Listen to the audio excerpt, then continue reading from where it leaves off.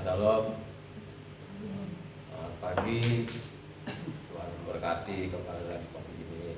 Saya ibadah Sabat. Bacaan kitab suci pada pagi hari ini terambil dari Yohanan 14 ayatnya 15 sampai 31. Sekali lagi, Yohanan atau Lembaga Kitab Indonesia itu dikasih nama Yohanes. Kalau di Eropa sana John. Marilah kita luruskan ini isi kitab suci ini yang sudah sekian lama ini diperkosa atau dibolak-balik kitab suci ini. Hari ini Yohanan 14 ayatnya 15 sampai 31. Yesua menjanjikan penghibur. Jikalau kamu mengasihi aku, kamu akan menuruti segala perintahku. Aku akan minta kepada Bapa dan Ia akan memberikan kepadamu seorang penolong yang lain, supaya Ia menyertai kamu selama-lamanya, yaitu Roh kebenaran. Dunia tidak dapat menerima Dia, sebab dunia tidak melihat Dia dan tidak mengenal Dia. Tapi kamu mengenal Dia, sebab Ia menyertai kamu dan akan diam di dalam kamu. Aku tidak akan meninggalkan kamu sebagai yatim piatu. Aku datang kembali kepadamu. Tinggal sesaat lagi dan dunia tidak akan melihat aku lagi, tetapi kamu melihat aku, sebab aku hidup dan kamu pun akan hidup. Pada waktu itulah kamu akan tahu bahwa aku di dalam Bapa-Ku dan kamu di dalam aku dan aku di dalam kamu. Barang siapa memegang perintahku dan melakukannya, dialah yang mengasihi aku. Dan barang siapa mengasihi aku, dia akan dikasihi oleh Bapa-Ku. Dan aku pun akan mengasihi dia dan akan menyatakan diriku kepadanya. Yahuda yang bukan Iskariot berkata kepadanya, Tuhan, apakah sebabnya engkau hendak menyatakan dirimu kepada kami dan bukan kepada dunia? Jawab Yesua, jika seorang mengasihi aku, dia akan menuruti firman-Ku, dan Bapa-Ku akan mengasihi dia, dan kami akan datang kepadanya dan diam bersama-sama dengan dia. Barang siapa tidak mengasihi aku, ia tidak menuruti firman-Ku, dan firman yang kamu dengar bukanlah daripadaku, melainkan dari Bapa yang mengutus aku. Semuanya itu kukatakan kepadamu selagi aku berada bersama-sama dengan kamu. Tetapi penghibur, yaitu Roh Kudus yang akan diutus oleh Bapa dalam namaku, dialah yang akan mengajarkan segala sesuatu kepadamu dan akan mengingatkan kamu akan semua yang telah kukatakan kepadamu. Damai sejahtera aku tinggalkan bagimu, damai sejahtera aku kuberikan kepadamu. Dan apa yang kuberikan tidak seperti yang diberikan oleh dunia kepadamu. Janganlah gelisah dan gentar hatimu. Kamu telah mendengar bahwa aku telah berkata kepadamu, aku pergi, tapi aku datang kembali kepadamu. Sekiranya kamu mengasihi aku, kamu tentu akan bersukacita karena aku pergi kepada Bapa. Sebab Bapa lebih besar daripada aku, dan sekarang juga aku mengatakannya kepada kamu sebelum hal itu terjadi, supaya kamu percaya apabila hal itu terjadi. Tidak banyak lagi aku berkata-kata dengan kamu, sebab penguasa dunia ini akan datang dan ia tidak berkuasa sedikit pun atas diriku. Tetapi supaya dunia tahu bahwa aku mengasihi Bapa dan bahwa aku melakukan segala sesuatu seperti yang diperintahkan Bapa kepadaku. Bangunlah, mari kita pergi dari sini. Jadi ada dari 15 sampai 31 ini kasih judul Lembaga Kitab Indonesia itu Yesua menjanjikan penghibur. Ini yang disalah tafsir. Banyak sekali orang-orang yang mensalah tafsir. Jadi seolah-olah namanya penghibur, seolah-olah namanya Roh Kudus itu berbeda dengan Tuhan. Makanya orang-orang Kristen itu ada namanya Tritunggal.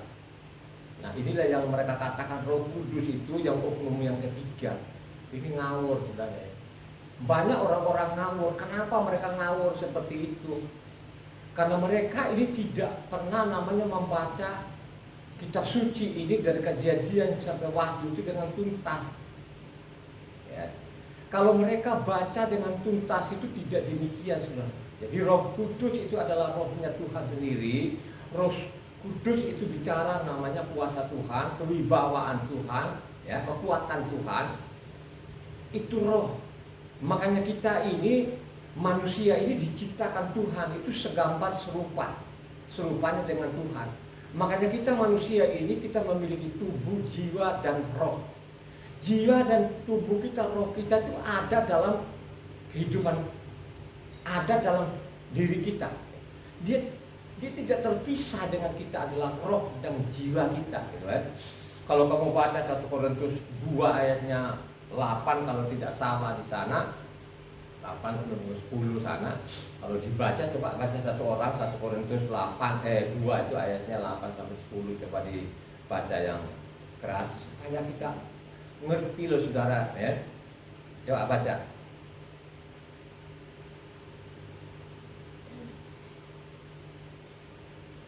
1 Korintus 2. Tidak ada dari penguasa dunia ini yang mengenalnya. Sebab kalau sekiranya mereka mengenalnya, mereka tidak menyalibkan Tuhan yang mulia. Tapi seperti ada tertulis, apa yang tidak pernah dilihat oleh mata dan tidak pernah didengar oleh telinga, dan yang tidak pernah timbul dalam hati manusia, semuanya disediakan Tuhan untuk mereka yang mengasihi Dia. Sorry ya saya coba.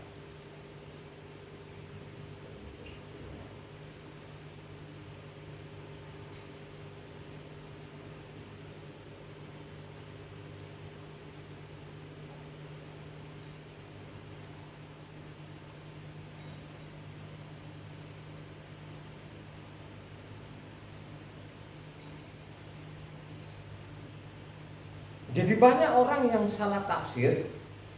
Jadi seolah-olah itu Roh Kudus itu oknum yang ketiga. Makanya mereka mengatakan ada namanya Tritunggal. Tuhan Bapa, Tuhan Anak, Tuhan Roh Kudus. Kalau kita baca pelan-pelan ini memang sepertinya begitu gitu. Tapi kalau kita baca tuntas tidak demikian. Kalau kita hanya baca di situ saja, ya seolah-olah itu Tuhannya ada 3. Ada Tuhannya Bapa, ada Tuhannya Anak, ada Tuhan Roh Kudus. Ya. Kalau kita baca lengkap apa yang isi kitab suci ini tidak demikian, saudara. Ya, tidak demikian. Makanya nanti tanda-tandanya orang ini dipenuhi kuasa Tuhan atau Roh Kudus itu ketahuan, saudara. Ketahuannya kita dari mana? Ya, ketahuan nanti, atau ketahuanlah kita sendirilah. Saya sendiri itu mengalami bagaimana apanya kuasa Tuhan itu mendorong saya untuk namanya membaca kitab suci. Ya, jadi tandanya orang ini apakah nanti benar-benar itu ada dorongan Roh Kudus atau dipenuhi Roh Kudus itu ya. Ketahuan saudara, ketahuan dari mana? Pasti orang ini dia benar-benar suka sekali namanya membaca kitab suci. Karena dari situlah kita tahu bahwa Tuhan kita itu hanya satu-satunya esa, tidak ada yang lain. Dia datang di bumi ini sebagai anak manusia, dia juga adalah ya. Kalau engkau baca lengkap, kalau benar-benar itu engkau punya pemahaman yang benar, ya, pasti seperti itu. Supaya kita ini memiliki pemahaman yang benar, maka Tuhan itu mendorong kita untuk namanya membaca kitab suci. Dari situlah baru kita tahu bahwa isi kitab suci ini dari Kejadian sampai Wahyu itu tidak pernah ada namanya Tuhannya 3, hanya satu-satunya Tuhan Esa, tidak ada yang lain. Sehingga dia datang di bumi sendiri pun juga dia menjadi anak manusia, dia masih pakai nama ya. Dia pakai nama ya berdasarkan namanya Yohanan 5 ayatnya 43 di sana dia mengatakan apa? Aku datang itu dalam nama Bapa. Dia bicara itu sebagai manusia, pada dia adalah Yahweh itu sendiri, saudara ya. Jadi pada waktu dia datang sebagai anak manusia, dia jadi anak manusia itu, dia berkuasa. Makanya dia mengatakan sana kalau engkau baca Matius 9 ayat 6 mengatakan apa bunyinya? Coba baca. Matius 9 ayatnya 6. Tetapi supaya kamu tahu bahwa di dunia ini anak manusia berkuasa mengampuni dosa. Lalu berkatalah ia kepada orang lumpuh itu, bangunlah, angkatlah tempat tidurmu dan pulanglah ke rumahmu. Supaya kamu tahu ini anak manusia ini berkuasa di bumi, saudara. Ya, pada waktu dia jadi manusia pun atau jadi anak manusia pun dia berkuasa, saudara. Kok kita tahu namanya dia berkuasa? Marilah kita baca kitab suci ini. Kita baca pelan bagaimana pada waktu dia menyembuhkan orang, pada waktu dia membangkitkan orang mati, tidak pakai nama siapa. Dia tidak mengatakan dalam nama Bapa aku bangkitlah engkau, tidak pernah seperti itu. Ya. Kenapa sering sekali itu dari Bapakku, dari Bapa? Karena yang mereka lihat ini orang-orang Yahudi adalah manusia, benar-benar manusia, saudara. Ya. Tapi kalau kita baca selengkapnya kitab suci ini, baru kita tahu bahwa dia adalah Yahweh itu sendiri. Begitu juga yang kita baca hari ini. Gitu? Karena mendekat dia mau kembali lagi ke aslinya. Mana kalau kita mundur ke belakang sedikit, pasal 13, coba ayatnya 1. Coba ayatnya 1 pasal 13, Yohanes 13 ayatnya 1. Kita mundur. Karena yang kita baca hari ini kan Yohanes 18. Sekarang pasal mundur ke belakang Yohanes 13 ayat 1. Sementara itu sebelum hari raya Paskah mulai, Yesua telah tahu bahwa saatnya sudah tiba untuk beralih dari dunia ini kepada Bapa, sama seperti ia senantiasa mengasihi murid-muridnya. Demikianlah sekarang ia mengasihi mereka sampai kepada kesudahan. Dia beralih kepada Bapa berdasarkan kalau kita baca namanya Matityasana, dia itu lahir dari Roh Kudus adalah Bapa itu sendiri. Ya toh? Jadi tidak ada yang lain gitu loh. Kalau kita baca lengkap kita suci di situ, baru kita tahu yang dimaksud itu pada waktu nanti dia kembali lagi sebagai roh, ya. Makanya roh Tuhan nanti yang yang memimpin mereka tidak kelihatan kasat mata lagi. Karena dia kembali jadi roh. Artinya dia jadi Roh Kudus, saudara, ya. Jadi Roh Kudus itu sendiri pun juga adalah Tuhan itu sendiri, saudara, ya. Jadi itu yang dimaksud. Makanya perlu sekali kita baca kitab suci ini dengan lengkap. Ya. Makanya kalau kita baca namanya Korintus, 2 Korintus 3 ayatnya 13-18 yang kencang, ya. Jadi 2 Korintus 3 ayatnya 13-18 supaya lengkap di situ. Mari kita lihat di situ. Coba. Tidak seperti Mose yang menyelubungi mukanya supaya mata orang-orang Israel jangan melihat hilangnya cahaya sementara itu, tetapi pikiran mereka telah menjadi tumpul. Sebab sampai pada hari ini selubung itu masih tetap menyelubungi mereka jika mereka membaca perjanjian lama itu tanpa disingkapkan, karena hanya Yesua saja yang dapat menyingkapkannya. Bahkan sampai pada hari ini setiap kali mereka membaca kitab Mose, ada selubung yang menutupi hati mereka. Tetapi apabila hati seorang berbalik kepada Tuhan, maka selubung itu diambil daripadanya. Sebab Tuhan adalah roh, dan di mana ada roh Tuhan, di situ ada kemerdekaan.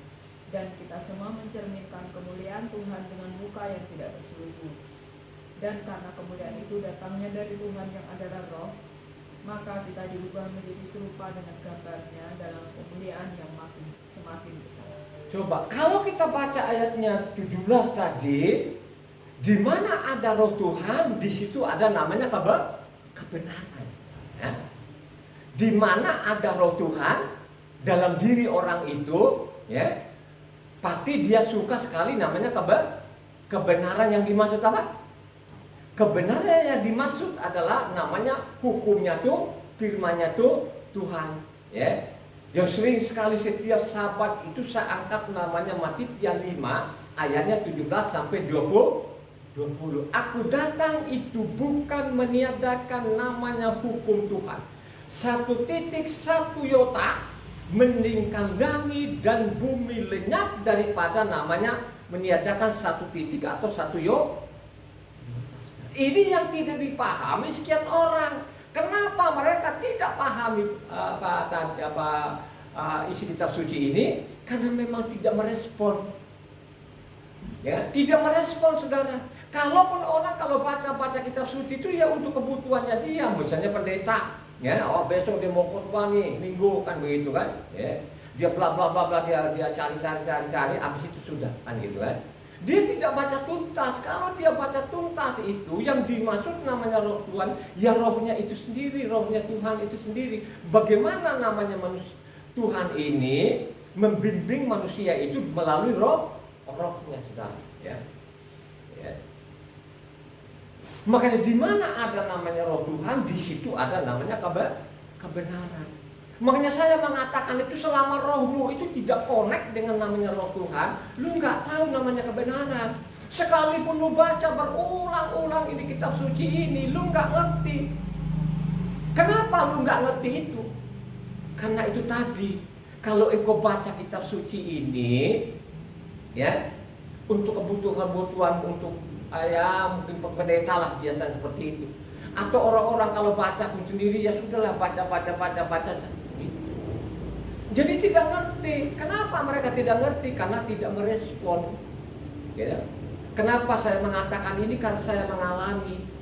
Saya mengalami sendiri bagaimana tahun 2000 itu, dari tahun 2000 itu, ya, melalui rohnya tadi itu, ya, mendorong saya untuk membaca namanya kitab suci.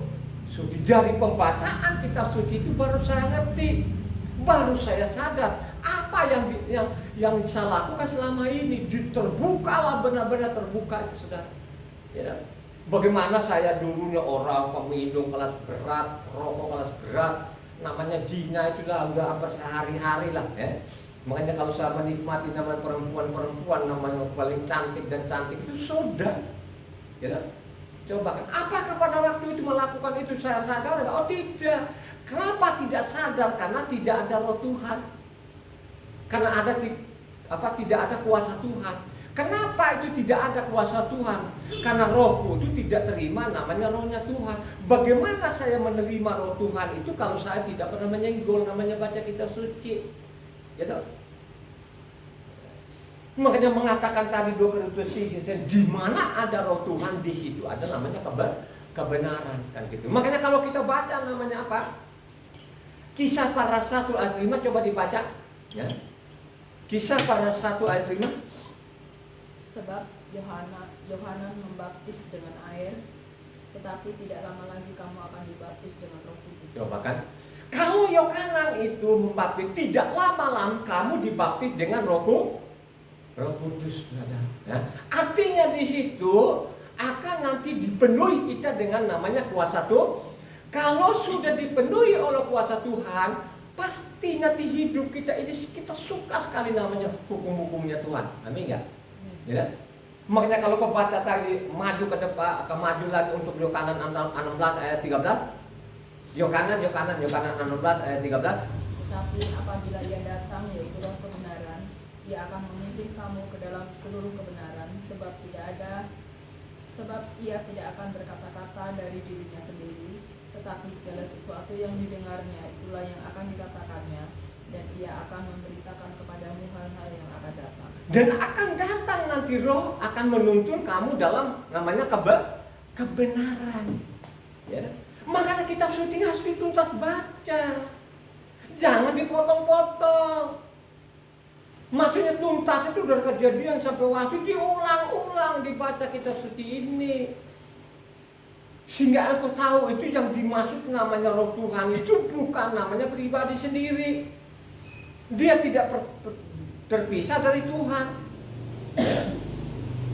Dengan engkau membaca kitab suci itu kan pasti engkau membedakan yang disembah bangsa-bangsa dan disembah bangsa Israel itu beda. Gitu? Yang disembah bangsa-bangsa itu hanya zat, ya. Tapi yang kalau disembah namanya bangsa Israel itu atau Abraham itu dia berpribadi. Makanya kita ini diciptakan segambar serupa, ya. Makanya kalau kita baca kitab suci itu, Tuhan kita punya tubuh, Tuhan kita punya roh dan punya jiwa. Kenapa saya mengatakan itu? Ya, karena kita ini punya tubuh, punya jiwa dan punya roh. Roh. Jadi banyak manusia yang ada di bumi ini rohnya mati. Ya.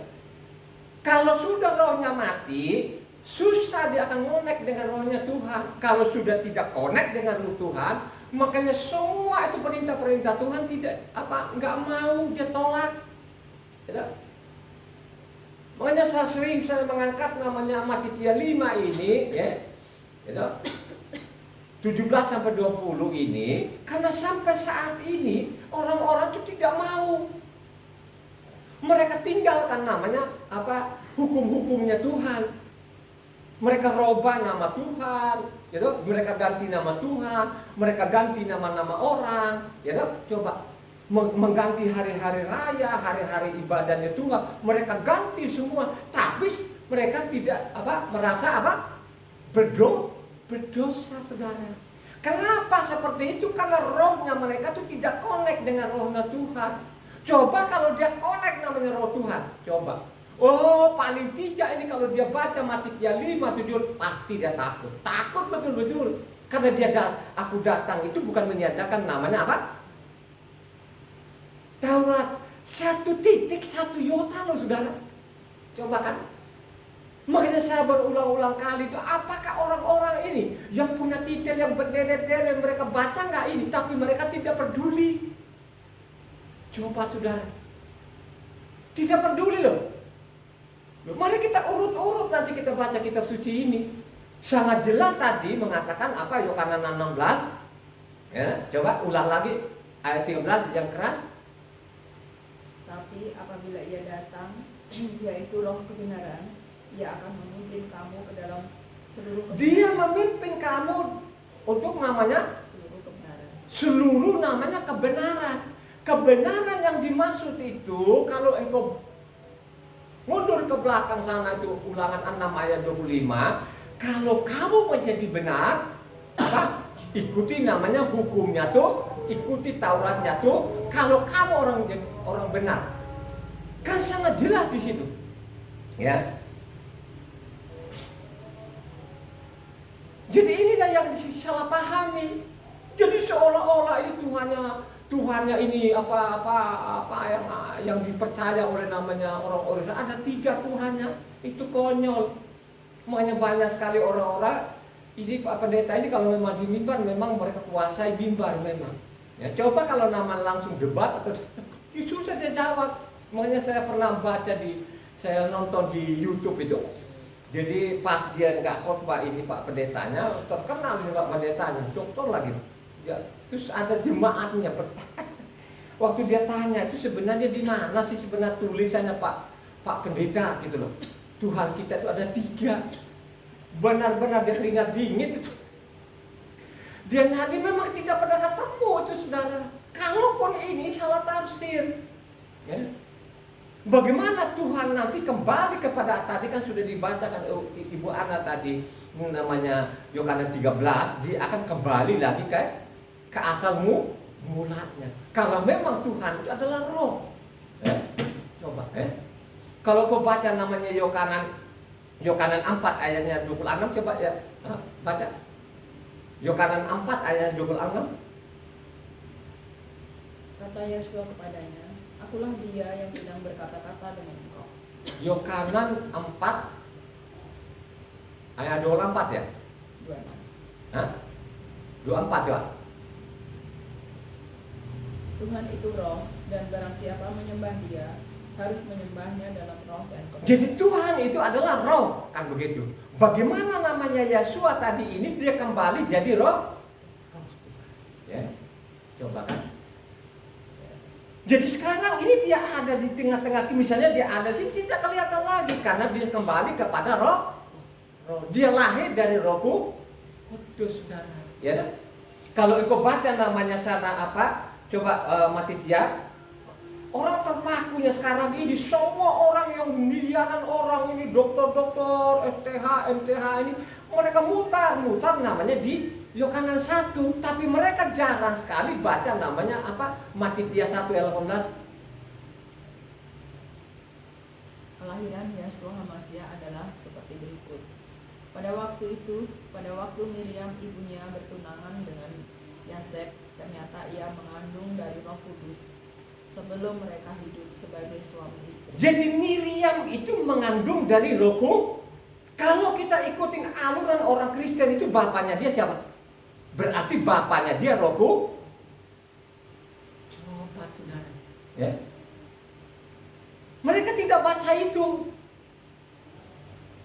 Apalagi yang kurang kan pada waktu dia ada di bumi tiba-tiba dia berubah rupa dan lain sebagainya kan. Diperlihatkan. Makanya banyak sekali yang benar-benar saya kadang-kadang saya geleng-geleng kepala. Ini yang ngomong di mimbar ini teachernya berderet-deret dan terkenal lagi.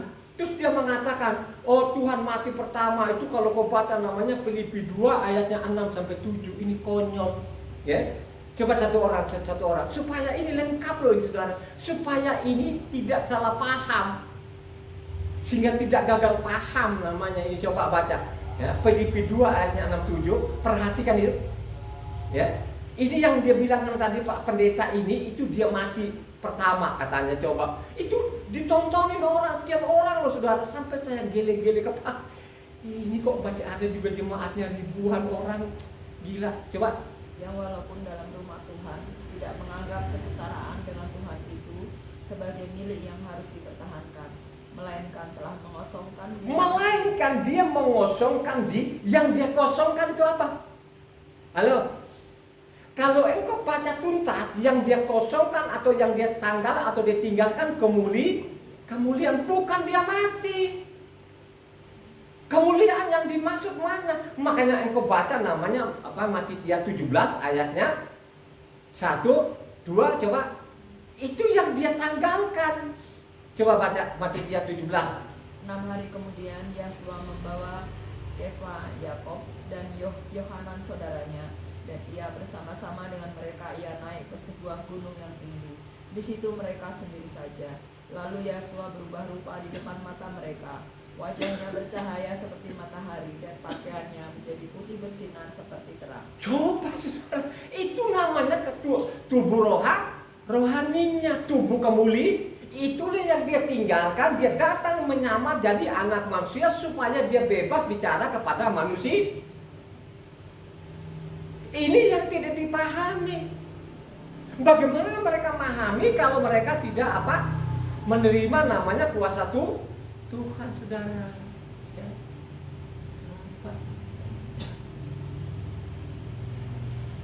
Galatia, makanya banyak sekali orang-orang yang saya lihat sampai saat ini, gitu.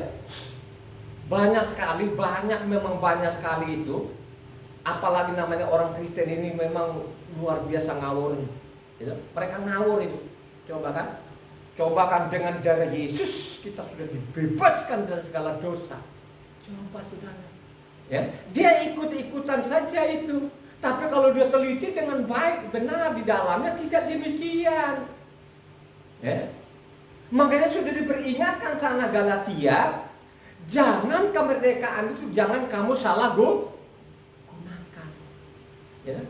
Jangan yang diberikan kemerdekaan ini jangan kamu salah gunakan.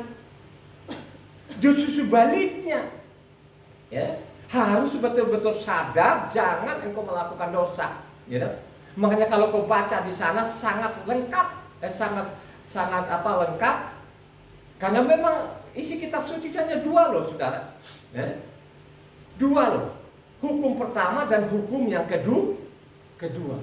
Ya. Ini orang-orang yang memiliki namanya Roh Tuhan, pasti dia mengakui itu dolo patu ini. Makanya Galatia 5 ayatnya 13-14 coba baca. Saudara-saudara, memang kamu telah dipanggil untuk merdeka. Tetapi janganlah kamu mempergunakan kemerdekaan itu sebagai kesempatan untuk kehidupan dalam dosa, melainkan layanilah seorang akan yang lain oleh kasih. Sebab seluruh hukum Taurat tercakup dalam satu firman ini, yaitu kasihlah sesamamu manusia seperti dirimu sendiri. Coba kasihlah sesamamu manusia seperti dirimu sendiri, saudara. Padahal ini kutipan dari mana? Imamat 19:18. Ya. Ini kutipan dari Imamat loh, saudara. Ya.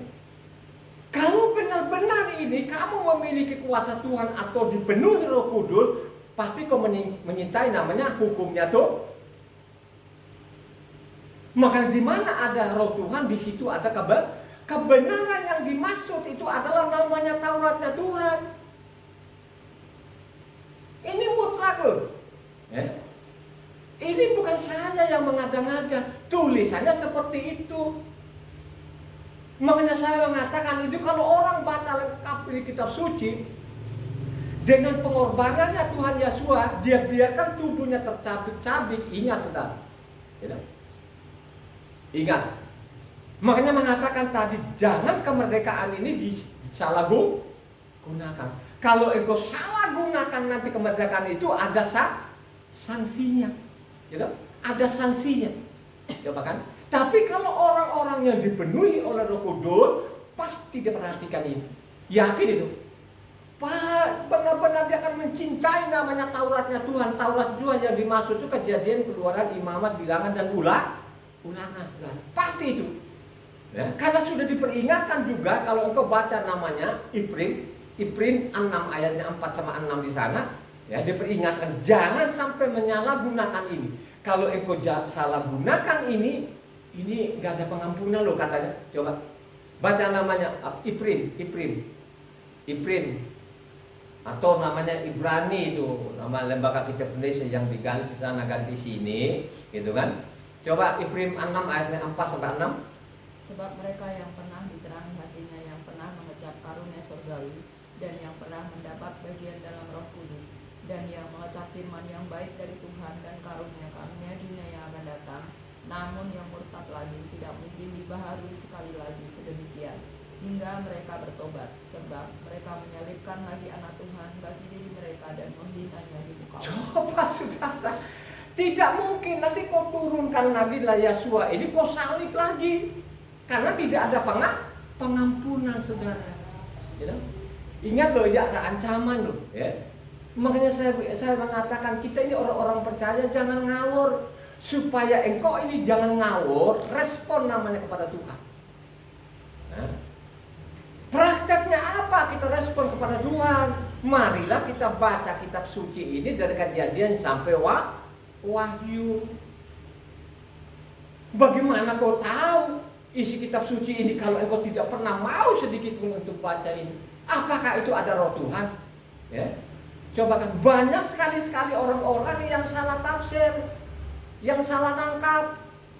Dia kurang tidur, diambil kitab sucinya, dia taruh di dadanya. Katanya dia baru baca satu ayat katanya, langsung dia tidur. Oh, terima kasih Roh Kudus, luar biasa Tuhan saya ini. Coba saudara, ya, saya kurang tidur dan lain sebagainya. Akhirnya saya baca hanya satu ayat, langsung saya tidur kurun. Luar biasa betul-betul Tuhan saya. Itu roh Tuhan atau roh iblis? Yakin betul-betul itu bukan roh Tuhan. Bagaimana kau pahami kitab suci hanya kau baca satu ayat? Akhirnya apa? Dosa ini tetap permanen sampai saat ini saudara. Ya, meninggalkan namanya sabat itu dosa gunung. Saya kasih tahu loh ya. Meninggalkan sabatnya, mengganti sabat ke minggunya itu bukan dosa kecil, itu namanya dosa gunung. Nah, coba saudara, ya.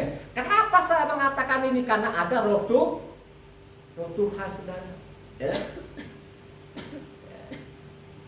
Coba deh namanya Ina, ya, Evan, Ibu Ana, coba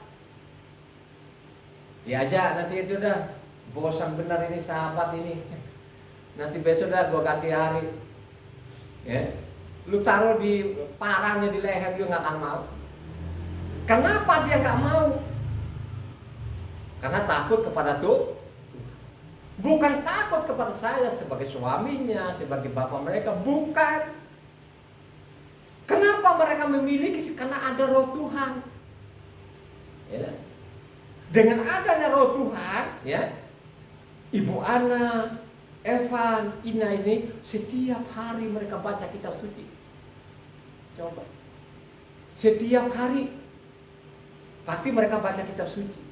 Itu tandanya orang-orang yang memiliki namanya apa? Halo? Roh Tuhan. Itu tandanya. Bukan berarti namanya roh Tuhan, itu bukan, itu nafsu. Itu kesurupan namanya. Memiliki roh Tuhan itu dia suka sekali untuk baca. Karena memang begitu dalam isi kitab sucinya. Kalau engkau baca namanya Mazmur Daud itu, berbahagialah orang yang merenungkan firman siang dan malam. Berbahagialah orang yang merenungkan firman itu siang dan malam. Coba bayangkan Daud itu anak kecil kemerah-merahan, saudara. Ya, tapi dia bergaul dengan namanya Taurat. Taurat bagi dia segala-galanya.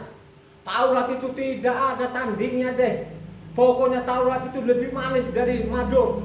Pokoknya Taurat itu lebih murni daripada emas. Akhirnya apa? Goliat yang gede banget ya. Gede banget ya Goliat itu. Dia bunuh. Coba saudara.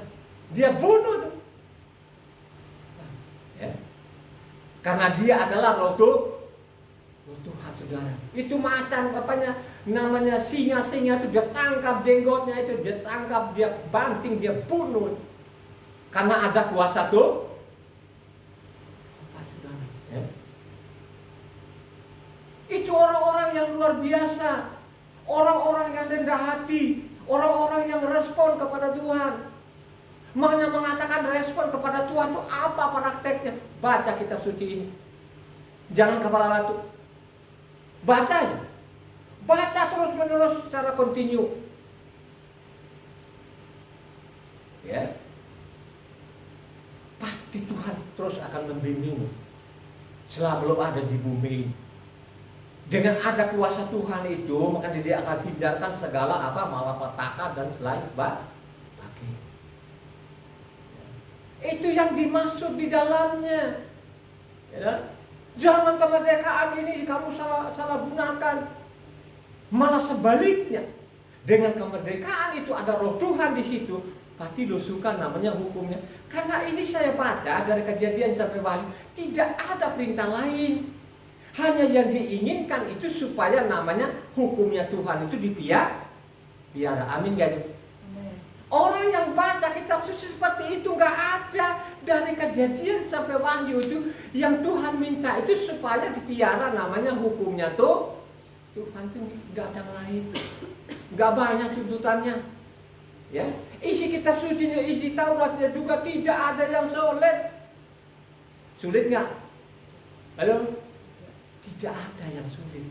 Makanya kalau kau baca Ulangan 30 di sana, firman itu tidak sulit, ya, firman tidak sulit, ya, di mulutmu dan di hati. Bagaimana kita membaca apa yang kita baca itu kita simpan dalam hati. Tauratnya itu kita taruh, kita tungkik dalam hati. Itu yang dimaksud tadi ini. Coba bayangkan aja ini katanya ditulis oleh nama Rasul Saul 2 Korintus 3 tadi mengatakan setiap mereka baca namanya Taurat ini, ya, Taurat dan kitab para nabi itu sepertinya ada seluruh sampai saat ini. Kecuali mereka nanti merespon kepada Tuhan, makanya selubung itu akan maksudnya respon itu apa prakteknya? Bacalah kitab suci ini. Halo, amin gak itu? Bacalah kitab suci ini. Engkau berdoa, kau baca, Tuhan singkapkan rahasia isi kitab suci ini. Gitu? Yang engkau tidak tahu ya untuk Tuhan. Tapi kalau yang kau tahu dengan sengaja, katanya tadi Ibrahim 6 ayatnya 4 sampai A, gak ada loh pengampunan. Gak ada loh, ingat loh, gak ada, ya. Tapi kematian abadi loh, saudara, ya. Makanya kalau kita baca, namanya Yohanes 17 ayat 17 yang keras, Yohanes 17 ayat 17. Kalau orang-orang memiliki namanya Roh Tuhan itu pasti seperti itu. Yohanes 17 ayat 17. Kuduskanlah mereka dalam kebenaran. Firman-Mu adalah kebenaran. Kuduskan mereka dalam anak firman-Mu adalah kebenaran. Firman yang dimaksud itu apa? Ayo. Yang dia maksud firman itu apa? Yang mana? Namanya kembali lagi kepada Taurat. Makanya Ulangan 6 ayatnya 25 yang keras. Kuduskan mereka dalam kebenaran karena firman-Mu adalah kebenaran. Firman yang dimaksud itu adalah namanya Tauratnya tuh, hukumnya tuh Tuhan. Kejadian, Keluaran, Bilangan, Ulangan sampai Ulangan. Tapi baca namanya Ulangan 6 ayat 25. Dan kita akan menjadi benar apabila kita melakukan segenap perintah itu dengan setia di hadapan Yahweh Tuhan kita, seperti yang diperintahkannya kepada kita. Kalau kita mau jadi benar, ikuti namanya hukumnya tuh, jangan ditambahi, jangan dikurangi. Ikuti saja, pasti engkau jadi benar. Ya. Ini loh perintah Tuhan. Itu loh tanda-tandanya orang itu memiliki namanya kuasa tuh, atau dipenuhi oleh namanya Roh Kudus. Bukan dipenuhi Roh Kudus itu kesurupan. Dipenuhi Roh Kudus itu orang itu dia suka sekali namanya kebenaran. Dia suka sekali namanya perintah Tuhan. Dia tidak akan menolak namanya sabatnya. Dia tidak akan menolak namanya pondok daunnya. Karena ini adalah ketentuan Tuhan. Ya. Itu tandanya. Jangan terkecoh, saudara. Nah, supaya engkau tidak terkecoh itu, marilah engkau bekali dirimu dengan engkau membaca kitab suci ini tiap hari. Ya. Jangan karena dia sibuk dengan hal-hal dunia ini, akhirnya kau lupakan namanya hukumnya Tuhan. Akhirnya dia bilang, buat apa sih lu miliki dunia ini tapi lu mati? Buat apa ini dari pagi sampai sore lu jungkir balik jungkir tapi lu maksudnya apa? Ayo Jemaat. Maksudnya apa? Buat apa lu memiliki dunia tapi kau mati? Ya. Lu jungkir balik tapi lu tidak tahu namanya apa, namanya kebenaran. Itu yang dimaksud. Lu kaya raya, nggak kurangan apapun di kolong langit, tapi lu tidak punya kebenaran. Kebenaran yang dimaksud itu kau tidak punya memiliki hukum Tuhan. Bagaimana lu memiliki hukum Tuhan itu kalau engkau tidak pernah mau namanya membaca kitab suci ini? Hanya melawan dan melawan, pembangkangan demi pembangkangan. Coba saja lihat orang-orang ini. Katanya dia penuh Roh Kudus. Wah, kalau kita ngomong seperti saya gini kan, saya khotbah sekarang kan, misalnya kita nama-nama sekarang, oh kamu baca Yohanan, itu sesat mereka. Dia tidak pernah nyelidiki kitab suci ini dari mana aslinya. Kitab suci itu bukan dari Yunani. Yunani itu penjajah. Isi kitab suci di dalam itu Yunani itu penjajah loh saudara. Yunani itu sudah dinubuatkan di Daniel sana. Yunani itu sebagai apa? Sebagai lambang apa? Halo? Dia adalah namanya lambangnya kambing. Ya. Makanya dialah ini yang merubah apa? Hukum dan waktu. Saudara, ini sudah dinubuatkan apa yang sudah dinubuatkan oleh Nabi Daniel. Ya, coba saudara, sudah dinubuatkan Daniel itu bahwa suatu saat nanti dirubahlah namanya hukum ini maupun makanya waktu sekarang itu, penanggalan sekarang itu, ya, namanya ada namanya seorang namanya Gregorian ini dirubahlah namanya sekarang jadinya tengah malam padahal ketentuan Tuhan, hukumnya Tuhan itu dari petang ke petang. Coba saudara, dirubahlah mereka ini sudah dinubuatkan saudara. Makanya saya mengatakan selama lo tidak memiliki kuasa Tuhan, Tuhan itu lo tidak pernah akan mau kembali ke hukumnya tuh. Malah sebaliknya lu menghujat-hujat. Coba kan. Yang saya mengatakan ini masih ada nama Yahweh saja pun yang mereka pegang ini kitab suci dan lembaga kitab pendeta ini masih ada di kamusnya di sana di belakang. Mereka masih menghujat nama Yahweh di mana? Masih ada tulisannya. Ya. Coba nama Yahweh kalau mau kita Yahweh sesat dia itu. Coba kan. Itu udah melotot-lotot matanya lagi. Itu orang-orang yang dipenuhi namanya roh-roh iblis itu. Gitu. Kalau dia ada kuasa Tuhan itu pasti kan dia nengok apa? Oh iya benar juga, mesti kan begitu. Justru itu loh, wah kadang-kadang mengotot matanya saudara. Coba, ya, coba. Makanya pada waktu dulu kita disumpah, kita pakai namanya Yesua, nama nganga-nganga mereka itu. Ada juga yang mereka agak lihat muka-mukanya itu, aduh. Ya itu yang saya bilang tadi, yang tidak ada roh Tuhan. Mendengar itu dia tidak menyelidiki dulu. Beda namanya orang-orang Gebia. Orang Gebia itu saudara ya, mereka itu tidak langsung mereka nafsu, tapi coba-coba mereka meneliti namanya isi kitab suci. Mereka meneliti saudara. Oh ternyata benar. Apa yang dikatakan Rasul Saul itu benar. Benar. Kalau sekarang ini waduh, lihat aja orang-orang Kristen kalau kita mengejual itu mereka sesat itu. Ya, hati-hati loh. Mulailah Pak Pendetanya supaya dia nggak kehilangan nanti apanya kantongnya. Udah, hati-hati loh saudara, ada sesat-sesat sekarang. Hati-hati kalian ini. Ya. Jangan ikut-ikutan kalian. Ya. Karena memang sudah dibuatkan nanti di dalam ada penyesat-penyesat itu. Dia tidak tahu sendiri bahwa dia ini dari mimbar penyesat. Tanda-tandanya penyesat itu supaya engkau tahu ini dari mimbar penyesat-penyesat itu. Makanya baca namanya 2 Kepa 2 Kepa 2 itu berapa ayat? Ada namanya 22a ayat. Ayat terakhir sana dia mengatakan 2 Kepa 2, ayatnya terakhir sana 21 22 mengatakan apa? Anjing itu apa? Kembali kepada muntahnya, babi kepada namanya kubangan.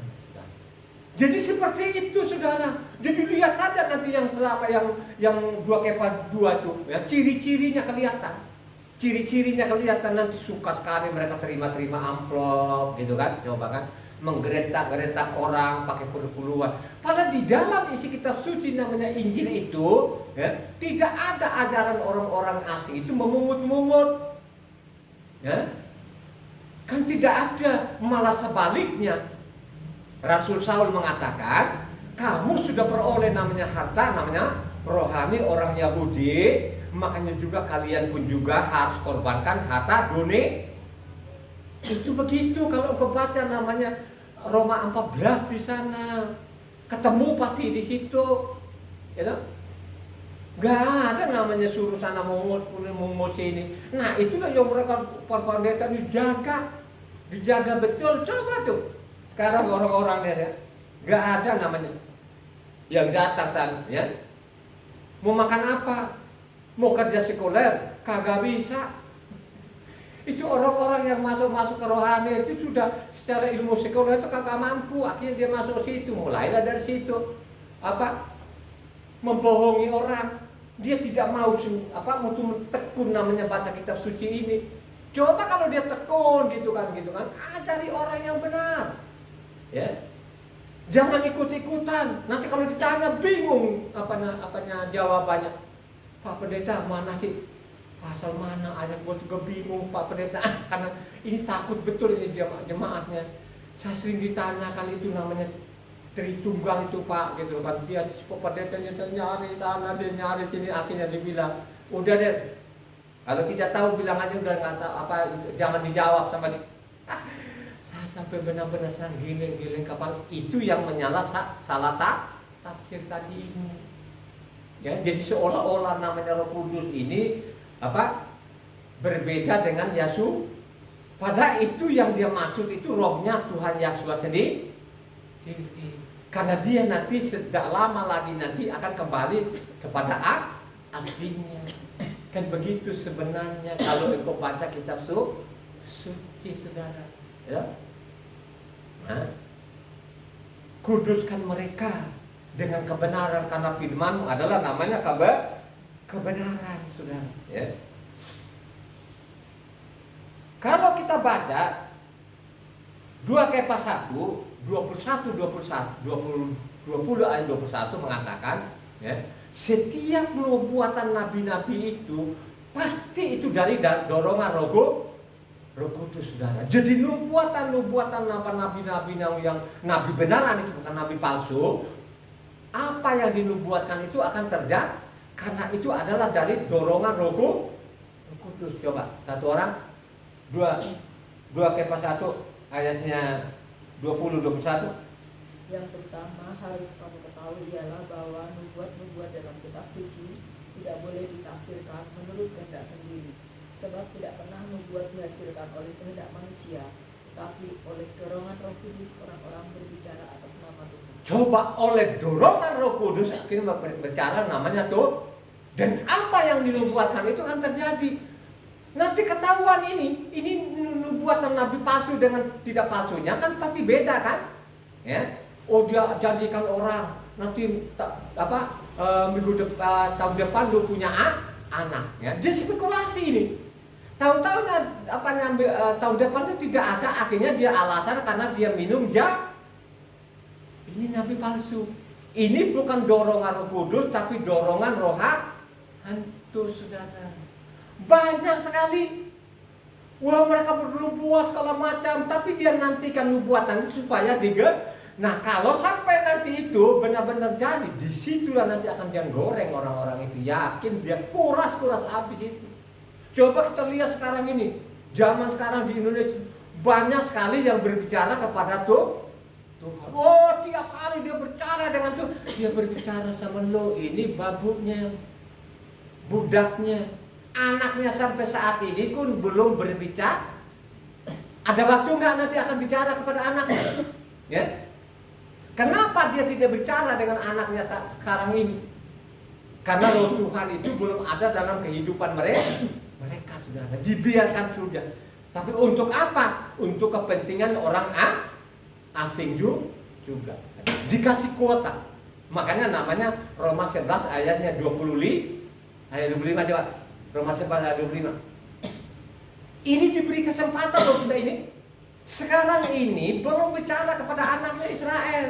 Makanya orang Israel jangan dikutuk, saudara. Kalau kau kutuk namanya ini bangsa pilihnya, lu kena kutuk aja. Ini satu memang ini beda. Karena dia ini anak, dia ini statusnya anak. Kita ini jangan sorong-sorong diri, jangan paksa-paksa diri. Mendingan jadi budak aja, tapi diselamatkan. Budak itu kan nurut. Coba baca tadi Roma 11 ayat 25. Sebab saudara-saudara, supaya kamu jangan menganggap dirimu pandai, aku mau agar kamu mengetahui rahasia ini. Sebagian dari Israel telah menjadi tegar sampai jumlah yang penuh dari bangsa-bangsa lain. Coba sekarang, dengan tegaknya mereka ini, kamu berusaha. Makanya kata Matitia 7 sana, karena sempitnya jalan sedikit berusahalah melalui jalan yang berusaha itu apa? Ya dibacalah kitab suci di setiap hari. Ya, pasti kau ngerti. Pasti lo tidak akan ikut-ikutan. Yakin lo nggak akan ikut-ikutan. Ya, yakin betul-betul suruh ibadah minggu lo nggak akan mau. Sekalipun lo ditempelin golok lehermu lo nggak akan mau. Karena itu fatal. Tapi orang-orang tanahnya mau kamu memiliki roh Tuhan segala macam. Tapi lu langgar namanya perintah Tuhan. Coba. Ya. Nabi manapun itu tidak ada dari anunya sendiri, tapi oleh dorongan Roh Kudus. Makanya Yesaya 30 ayat 1 mengatakan apa?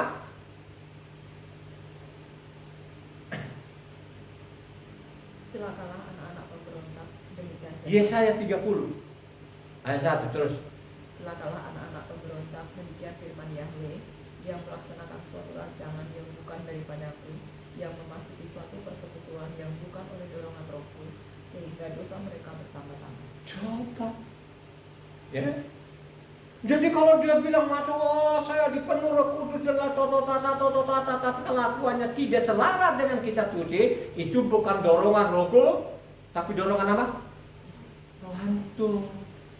Ya. Yakin betul-betul dorongan roh hantu itu. Kalau benar-benar dorongan Roh Kudus itu, makanya pasti dia mencintai namanya apa? Hukumnya tuh Tuhan. Ya. Mari kau baca ulang lagi namanya Matitia 5 ini ayat 17 sampai orang nanti betul-betul ada yang mau tanggapin itu. Ya. Melalui sahabatnya saya angkat namanya Matitia 5 ayat 17 20 ini coba baca. Ya. Janganlah kamu menyangka bahwa aku datang untuk meniadakan hukum Taurat atau kitab para nabi. Aku datang bukan untuk meniadakannya, melainkan untuk menggenapinya. Karena aku berkata kepadamu sesungguhnya, selama belum lenyap langit dan bumi ini, satu iota atau satu titik pun tidak akan ditiadakan dari hukum Taurat sebelum semuanya terjadi. Karena itu barang siapa yang meniadakan salah satu perintah hukum Taurat, sekalipun yang paling kecil, dan mengajarkannya demikian kepada orang lain, ia akan menduduki tempat yang paling rendah dalam kerajaan surga. Tapi siapa yang melakukan dan mengajarkan segala perintah-perintah hukum Taurat, ia akan menduduki tempat yang tinggi di dalam kerajaan surga. Maka aku berkata kepadamu, jika hidup keagamaanmu tidak lebih benar daripada hidup keagamaan ahli-ahli Taurat dan orang-orang Farisi, sesungguhnya kamu tidak akan masuk dalam kerajaan surga. Kamu tidak masuk, kamu tidak lebih benar dari orang-orang ahli Taurat dan orang Farisi ini. Kamu tidak maksudnya tidak lebih benar apa? Kamu tidak memiliki Taurat ini, kamu meninggalkan Taurat, kamu bilangnya buang Taurat ini, kamu nggak masuk surga. Bukan saya loh saudara. Apakah ada orang ngerti juga ini?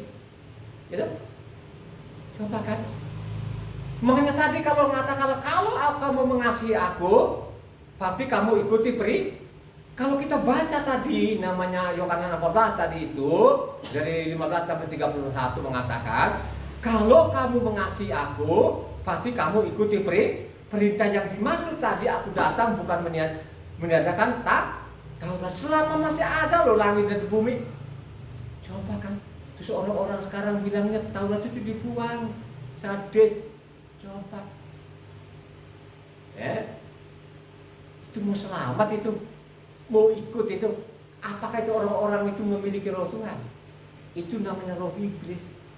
Makanya kalau kau baca namanya 1 Yohanes 2 ayatnya 1 sampai 7 yang keras. 1 Yohanes 2 ayatnya 1 sampai 7.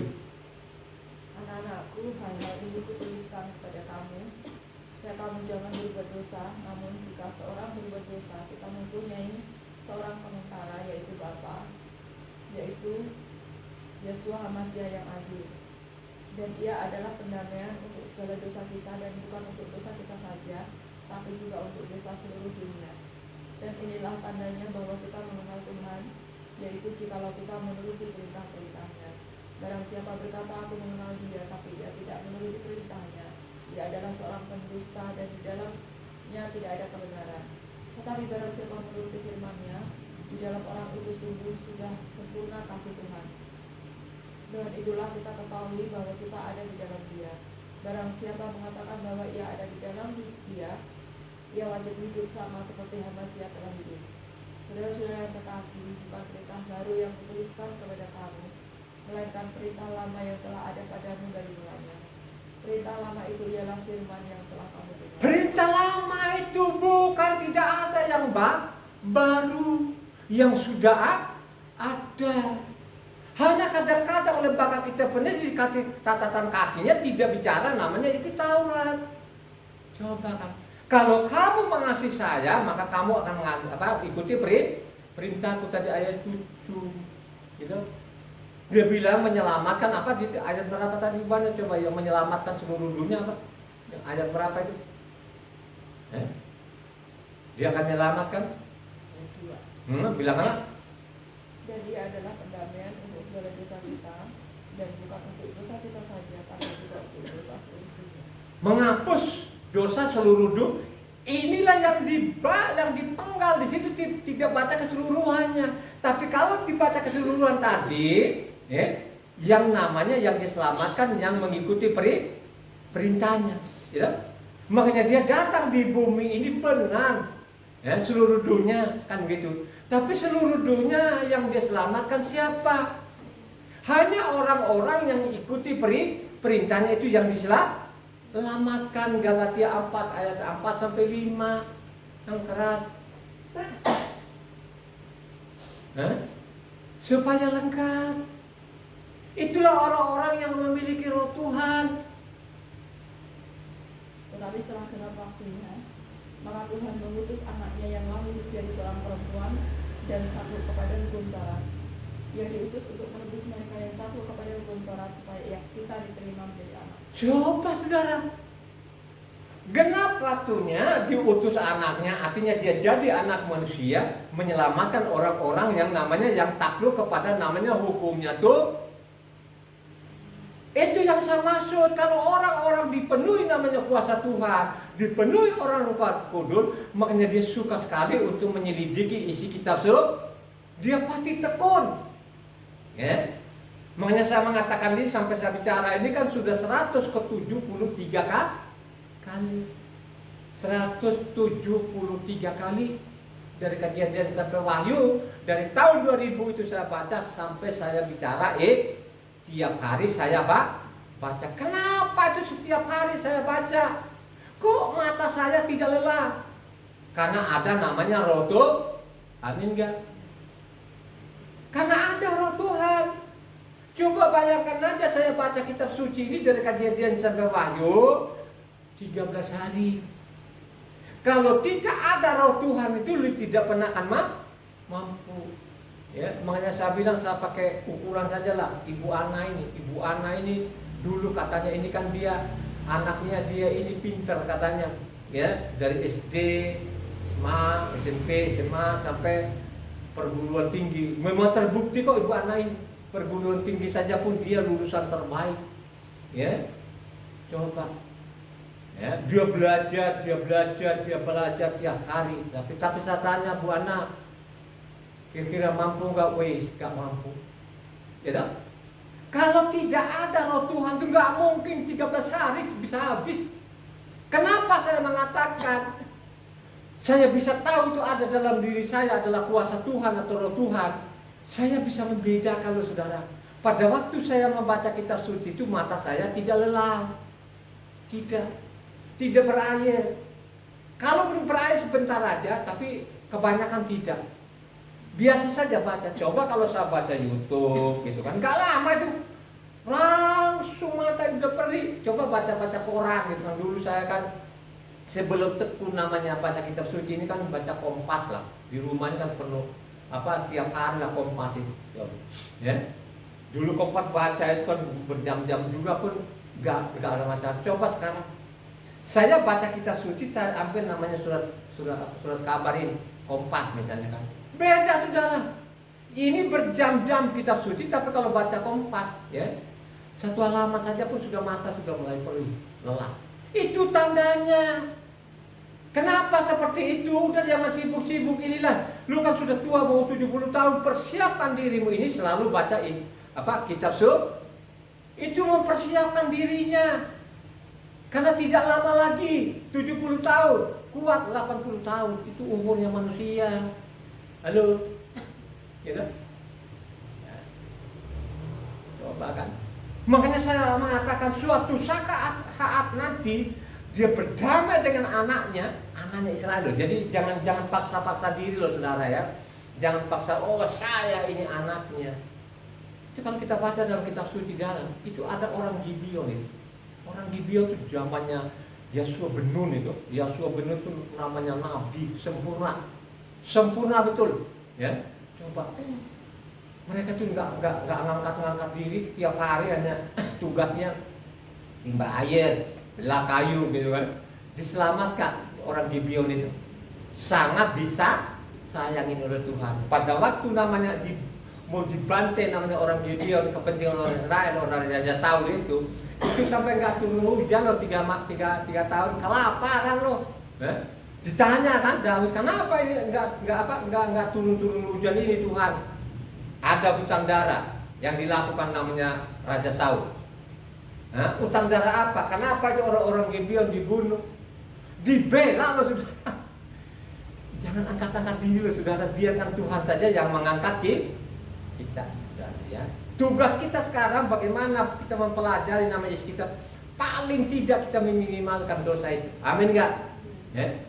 Karena setiap kita tahu suatu saat nanti dia berdamai dengan anaknya ini, kekasihnya, biji matanya, ikat pinggangnya, ya. Ini satu ini bangsa dari kolong langit ini yang sampai saat ini dikeroyok-keroyok. Ya. Ingat baik-baik loh ya, Tuhan bangsa yang diberkati ini ada peristiwa kemarin Indonesia. Indonesia ini kan seorang orang pakai ideologi negara kan gitu kan, gara-gara ideologi negaranya, ya kan? Coba ditolak namanya kedatangan atletik namanya Israel kan gitu kan. Ditolak kan akhirnya apa? Pipa dicoret Indonesia. Coba berapa kerugiannya? Ya. Apakah pada waktu orang-orang Indonesia sekarang ini ditolak Israel, ada dampaknya ke Israel? Nggak ada. Israel itu tetap main aja di sana. Coba di sini yang rugi, saudara. Ya, coba bayangkan aja, ini bangsa pilihannya Tuhan ini, di matanya ini, coba. Kita ini kena dampaknya, saudara. Makanya baca tuh, coba lihat di TV, kayak baca koran, baca di YouTube itu, coba. Ada pemimpin-pemimpin partai besar Indonesia ini, dia tolak itu. Akhirnya apa? Banyak orang, jadi Indonesia sekarang lagi berduka. Kenapa dia berduka sekarang ini? Karena ini ditolak loh, ini bangsa apa yang diberkati ini, coba ditolak. Akhirnya dampak daripada tolak itu apa? Berapa triliun rupiah hilang, gitu? Berapa orang yang anak-anak ini kan saya sampai benar-benar saya elus-elus dada, gitu kan? Bukan anak kandung saya, ya? Tapi kan ini anak bangsa, ya? Dia mau bertanding, dia mau olahraga, dia bermain sama teman-temannya, kan gitu kan? Terus seenak perutnya ini, yang otaknya yang pendek-pendek ini, coba kan gak mikir panjang lagi, coba kan tolak namanya Israel. Akhirnya apa kan? FIFA itu kan tidak mungkin kan lu atur sama dia, tolak lu apa, akhirnya apa sekarang ngang-ngang enggak, saudara, gitu kan ya. Sebelum dia berdamai dengan ini, anaknya ini, hati-hati saudara ya. Kalau sampai dia berdamai nanti, kau punya kesempatan gak ada. Ingat baik-baik, kau tidak punya kesempatan lagi, saudara ya. Oh, mari kau baca. Kau baca namanya Yeskiel 11 ayatnya 19-20 yang keras. Ya. Yeskiel 11 ayat 19-20. Aku akan memberikan mereka hati yang lain dan roh yang baru di dalam hati mereka, dan aku akan menjauhkan dari tubuh mereka hati yang keras dan memberikan mereka hati yang taat, supaya mereka hidup menurut segala ketetapanku dan peraturan-peraturanku dengan setia. Maka mereka akan menjadi umatku dan aku akan menjadi Tuhan mereka. Catat baik-baik ini. Catat baik-baik ini kan. Suatu saat nanti roh Tuhan dengan rohnya bangsa itu connect, selesai lah saudara. Lo ini orang-orang asli yang kepala batu, lu nganga-nganga aja nanti. Coba. Lu nganga-nganga, suatu saat nanti dia berdamai dengan anaknya. Hati-hati saudara ya. Kalau pada waktu dia berdamai dengan anaknya nanti ini, anak kekasihnya ini, biji matanya ini, nah, ya, lo nggak ada kesempatan, ya. Yeskiel 36 ayat 26-27. Kamu akan kuberikan hati yang baru dan roh yang baru dalam batinmu, dan aku akan menjauhkan dari tubuhmu hati yang keras, dan kuberikan padamu hati yang taat. Rohku akan kuberikan diam di dalam batinmu, dan aku akan membuat kamu hidup menurut segala ketetapanku dan tetap berpegang pada peraturan-peraturanku dan melakukan. Tandanya orang-orang ini yang memiliki Roh Kudus, yang dipenuhi Roh Kudus seperti ini, dia sangat mencintai namanya hukum Tuhan. Sekalipun dibunuh itu, dia tidak getar. Itu sudah memiliki Roh Kudus, roh Tuhan itu.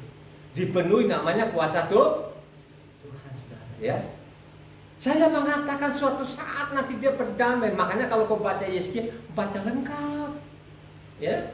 Dari 36, 37 itu dibaca, ya. Coba kan, dibaca sampai namanya 48, supaya engkau sadar, saudara, ya. Jangan kau tahu. Baca loh itu dari 36 sampai 48 lu baca. Supaya kau orang asing itu sadar, ya. Suatu saat nanti dia berdamai dengan anaknya ini, rohnya dia connect dengan roh-rohnya mereka ini, ya, bangsa pilihan ini, ya, mulailah nanti berteriak nama bahwa Yahweh lah Tuhan, seperti zaman namanya Nabi Elia, ya, ngadu dengan nabi-nabi palsu itu, nabi-nabi Asyera, nabi-nabi Baal itu, ya, coba, ya.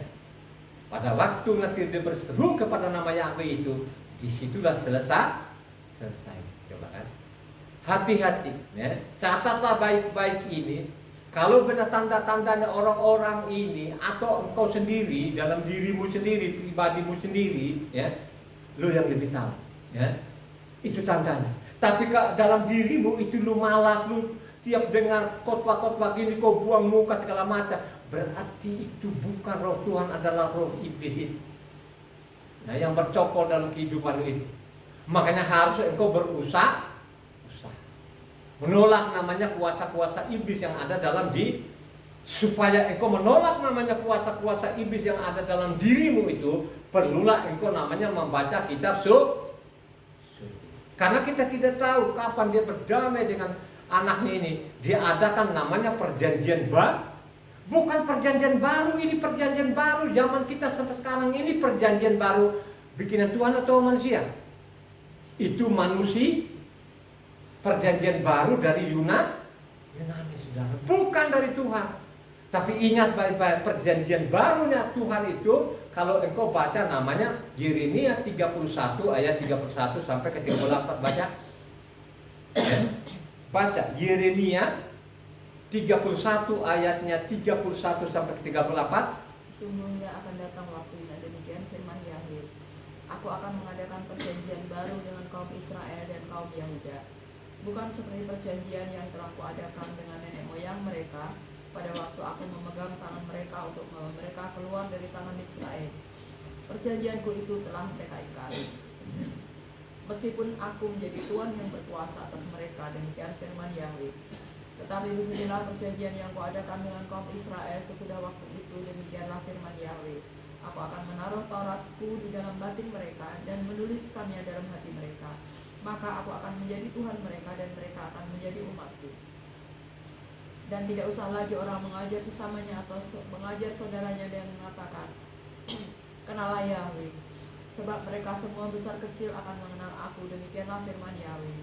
Sebab aku akan mengampuni segala kesalahan mereka dan tidak lagi mengingat dosa. Tidak akan kapan ada waktunya nanti dia akan adakan perjanjian baru dengan bangsa Israel, maka lo tidak punya kesempatan. Makanya kalau dari 34 sampai 40 aku baca lengkap, ya, supaya engkau tahu, oh ternyata perjanjian baru yang sekarang ini dengan perjanjian baru dengan perintah Tuhan Jadi orang-orang Israel orang-orang Yunani atau orang-orang Kristen sekarang mereka sudah bilangnya sudah ada namanya perjanjian baru, saudara. Baca kitab suci, jangan terkecoh. Jangan ikut. Karena ini dipelintir di situ. Kenapa saya mengatakan dipelintir itu? Coba kau baca namanya Iprim. Ini tadi Yeremia ini.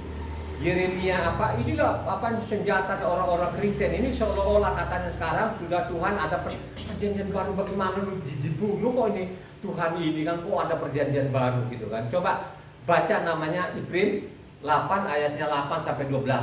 Coba perhatikan nanti ini saya mengatakan ini benar-benar ini penulis atau disengaja ini atau memang taktik-taktik pembunuh-pembunuh ini dari awal ini dari generasi ke generasi ini karena mereka selipkan nanti di sana ayat 13. Coba baca saja dari 8 sampai 12. Karena ini kutipan tadi dari Yeremia 31. Supaya lengkap. Sebab ia menegur mereka ketika ia berkata, sesungguhnya akan datang waktunya, demikianlah firman Yahweh. Aku akan mengadakan perjanjian baru dengan kaum Israel dan dengan kaum Yahuda. Bukan seperti perjanjian yang telah kuadakan dengan nenek moyang mereka pada waktu aku memegang tangan mereka untuk membawa mereka keluar dari tanah Israel. Sebab mereka tidak setia kepada perjanjianku dan aku menolak mereka, demikian firman Tuhan. Maka inilah perjanjian yang kuadakan dengan kaum Israel sesudah waktu itu, demikianlah firman Tuhan. Aku akan menaruh hukumku dalam akal budi mereka dan menuliskannya dalam hati mereka. Apakah aku akan menjadi Tuhan mereka dan mereka akan menjadi umatku. Dan mereka tidak akan mengajar lagi sesama warganya atau sesama saudaranya dan mengatakan, kenalah Tuhan, sebab mereka besar kecil akan mengenal aku. Sebab aku akan menaruh belas kasihan terhadap kesalahan mereka dan tidak lagi mengingat dosa-dosa mereka. Coba saudara, ini yang dimanfaatkan. Jadi seolah-olah itu zaman mereka dulu rasul-rasul itu ada perjanjian baru. Karena saya mengatakan ini memang ada kesengajaan. Sengajaan ini supaya namanya Taurat itu mereka bilangnya buang dan lain sebagainya, itu sampai saat ini